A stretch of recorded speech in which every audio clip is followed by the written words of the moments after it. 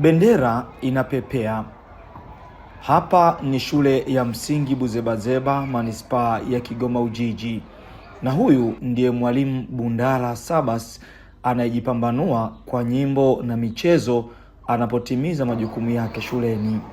Darasa hili maalum, kila mtoto anapata elimu kulingana na mahitaji yake kadiri anavyowatambua. Watoto ambao wako vizuri kwenye masomo ya kitaaluma, lakini kuna wengine ambao hawawezi kabisa, udhaifu wao huko hapo. Na vifaa hivi vya kufundishia kwa hapa tuna namba na maumbo mbalimbali. Hivi vifaa vya kufundishia tunavitumia kufundisha, lakini pia tunavitumia kupima uelewa wa mwanafunzi aweze kutambua vitu mbalimbali ambavyo tunavitumia katika ujifunzaji, lakini pia na maisha ya kawaida huko nyumbani. Hapa napo ni uwanja, lakini ni darasa.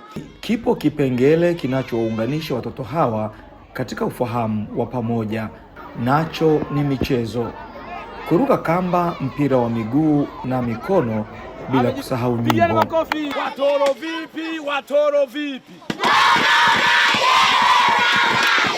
Na waona kama ni washamba.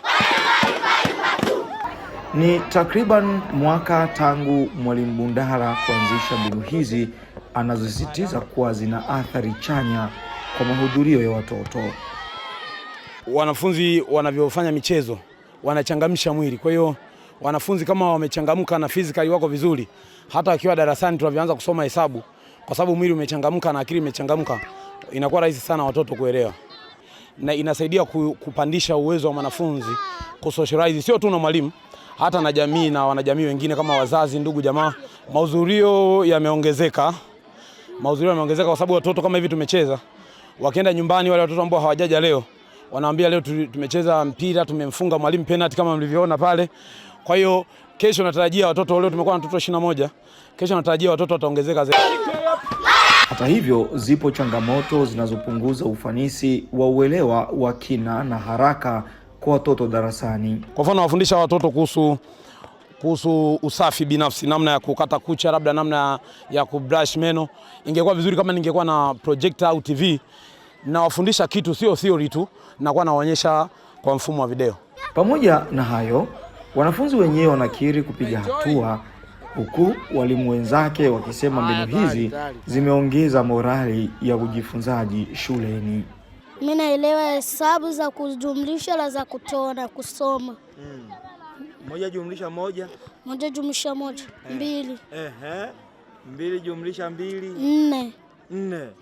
Tukiwa msalini, kuna mchaka, kuna nyimbo zile za asubuhi, kuna mazoezi mbalimbali ya viungo. Kwa hiyo kwa wanafunzi mimi naona kama kumeongezeka, lakini pia watoto wa elimu maalum wamejiona kama ni sehemu ya shule.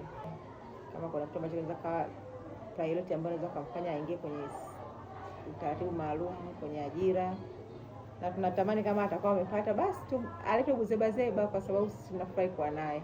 Baadhi ya wazazi wa watoto hawa wanajivunia mwalimu huyu. Yaani ukimwambia aandike kama 1 mpaka 10 bila kuangalia popote anaweza kuandika. Naomba serikali iongeze madarasa ya haya elimu maalum kwa kila shule, kwa sababu kuna watoto wengine huwa wanaishi mbali. Kwa hiyo kama pengine shule zikuwa chache, wanakoko hawezi kuwatoa watoto wao sehemu moja kuwapeleka kwenye ile shule maalum.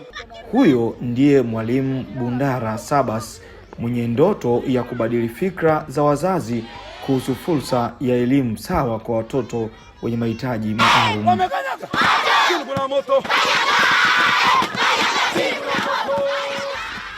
Jacob Ruviro,